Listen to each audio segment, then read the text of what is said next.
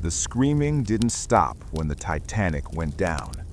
It carried across the black Atlantic like something alive. And in one small wooden lifeboat, a quartermaster gripped his oar so hard his knuckles went white. They told him to keep rowing away. He turned the boat back. And what he heard in the darkness would follow him for the rest of his life. This is the untold story of Robert Hichens. April 14, 1912, just before midnight. The RMS Titanic, largest ship on Earth, pride of modern engineering, struck an iceberg in the North Atlantic. At first, it didn't feel like catastrophe. It felt like confusion. Passengers lingered in their cabins, stewards shrugged, the band kept playing. But below deck, seawater was already pouring into the ship's iron ribs. Robert Hichens was a quartermaster, an experienced seaman from Cornwall. He had been at the wheel when Titanic struck the iceberg. He felt the shudder, heard the scrape. He knew this wasn't minor. Hours later, he was assigned to Lifeboat No. 6 on the starboard side, one of only 20 lifeboats for more than 2,200 souls. There weren't enough seats. There would never be enough seats. In that boat was Margaret Molly Brown, the American socialite who would later be called the unsinkable Molly Brown, and at the tiller, Robert Hichens. At 12:55 a.m., Lifeboat No. 6 lowered into the freezing Atlantic. It wasn't full. There was space, but fear and confusion ruled the deck. "Row," Hichens ordered. Behind them, Titanic's lights still blazed against the night. 4 funnels, a floating city, unsinkable. Except now, her bow was sinking lower. The sea temperature hovered near 28 degrees Fahrenheit, below freezing. Anyone in the water would last minutes. From their small boat, they watched.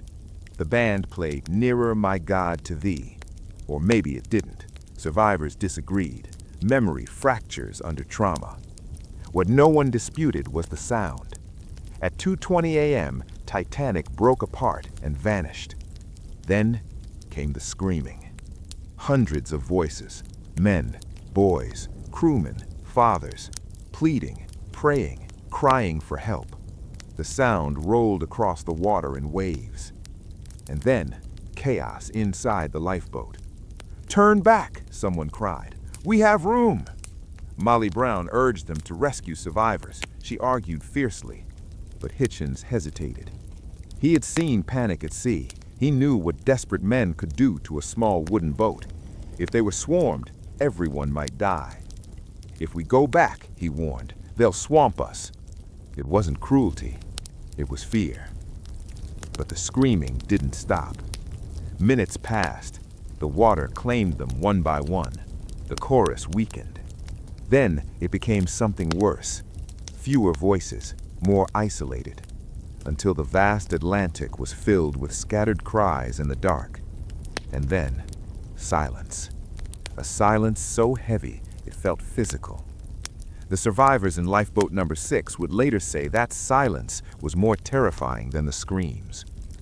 Hours passed in freezing wind. Women wept quietly. Frost formed on the dunnels. The stars burned cold above them. Around 3 a.m., long after most lifeboats had drifted away, something changed. Hichens looked back. The sea was still. Floating debris, bodies, and somewhere in that darkness, movement. A faint voice, weak, almost gone. No swarm of desperate men, no crashing wave of panic, just a single human being clinging to life. Molly Brown pressed him again. "Row back." This time, he didn't argue. He turned the tiller. The oars dipped into the black water. Stroke by stroke, they moved toward the sound others had abandoned. They found a man barely conscious, balanced on an upturned collapsible boat, Collapsible B. He had been in the freezing water for hours, legs submerged, strength fading. He was pulled aboard. One life. Just one. But in a night of 1,500 deaths, one mattered. Hichens didn't stop there. As dawn approached and the RMS Carpathia's lights appeared on the horizon, Lifeboat No. 6 maneuvered through wreckage, scanning for movement. They didn't save dozens. They didn't become legends in headlines, but they refused to drift away completely. And that choice, small, quiet, human, separated resignation from courage.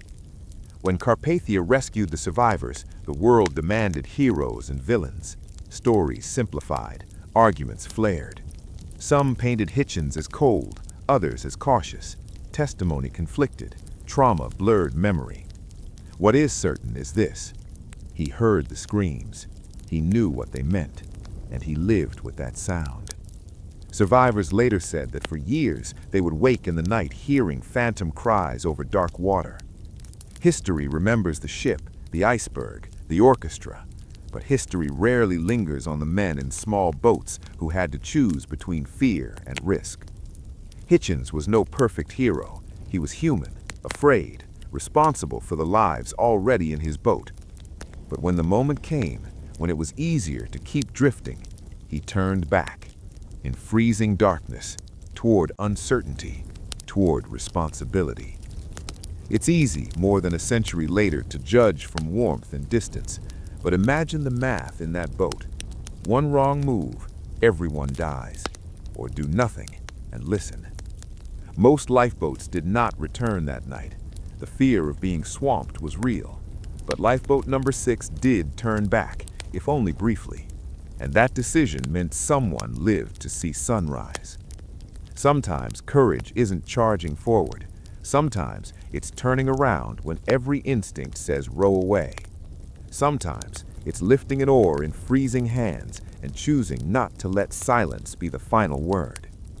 More than 1,500 people perished in the Titanic disaster. But in the darkness between screaming and dawn, a single life was pulled from the Atlantic because someone decided not to quit entirely. And that matters. Because history remembers the catastrophe, it remembers the iceberg, it remembers the ship, but it rarely remembers the trembling hands on a wooden oar, choosing to turn back. History remembers the tragedy, but it often forgets the small decisions that kept hope alive in the cold. And that is the untold spirit.